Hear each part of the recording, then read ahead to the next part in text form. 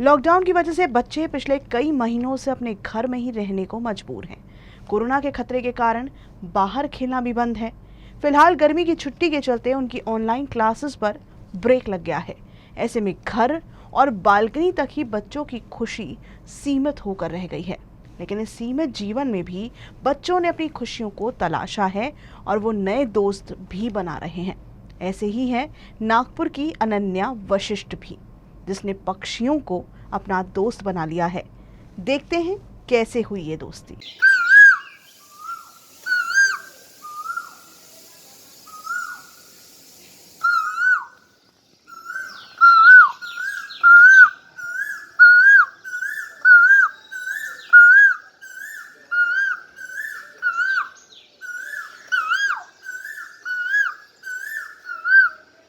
ये है 10 साल की अनन्या और पेड़ों पर बैठी कोयल की स्वरों का मेल। नागपुर के वाड़ी परिसर में रहने वाली अनन्या के घर पर पिछले कुछ दिनों से ये नज़ारा हर दिन देखने को मिलता है। शुरू में अनन्या अलग अलग जानवरों की आवाज़ की नकल करती थी और फिर बाद में वह चिड़ियों की तरह आवाज़ निकालने लगी। अब तो वो कोयल की तरह हूबहू आवाज़ निकालने का हुनर हासिल कर चुकी है। देखिए किस तरह से अनन्या के स्वर के बाद कोयल की आवाज़।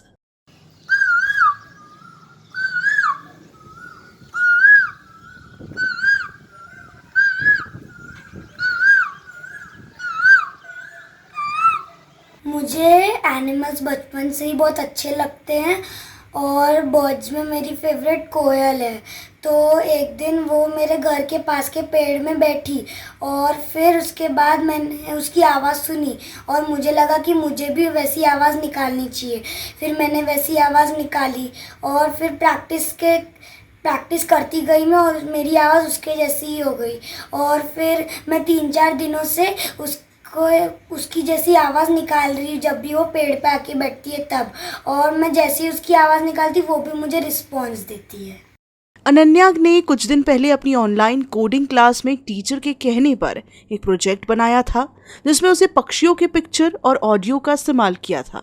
यही जब उसने कोयल के स्वर को सुना तो उसके बाद वो भी उसी तरह आवाज़ निकालने लगी। खास बात तो ये है कि आवाज़ की जगह अपनी ही आवाज़ का ऑडियो उसने अपलोड किया।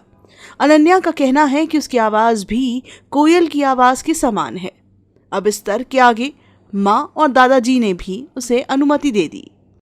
सुबह सुबह कभी कभी तो ऐसा होता है कि सुबह 5:30 या 6 बजे जब कोयल आवाज़ लगाती है तो अनन्या नींद से उठकर उसको रिस्पॉन्स करने लग जाती है। तो यह बहुत ही हमारे लिए सुखद अनुभव है। कोयल और उसकी जो जुगलबंदी है वो जुगलबंदी चल पड़ी और वो सबको अच्छी लगने लगी और आवाज़ रियली वो तो उसकी कोयल जैसी ही थी।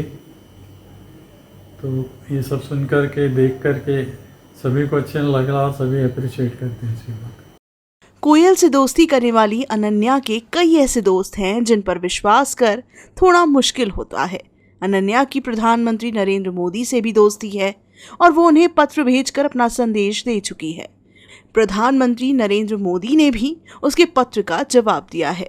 अनन्या को पक्षियों के साथ साथ ये प्रकृति और हरियाली भी बेहद पसंद है। वो इन सब के बारे में बड़ी ही रुचि से पढ़ती हैं। अनन्या जैसे ही और भी बच्चे हैं जिन्होंने लॉकडाउन में अपनी रुचि के साथ अपने आप को ढाल लिया है और इस मुश्किल वक्त में भी खुशी ढूंढ उत्साह के साथ जीवन जीने की परिभाषा हम सबको सिखा रहे हैं।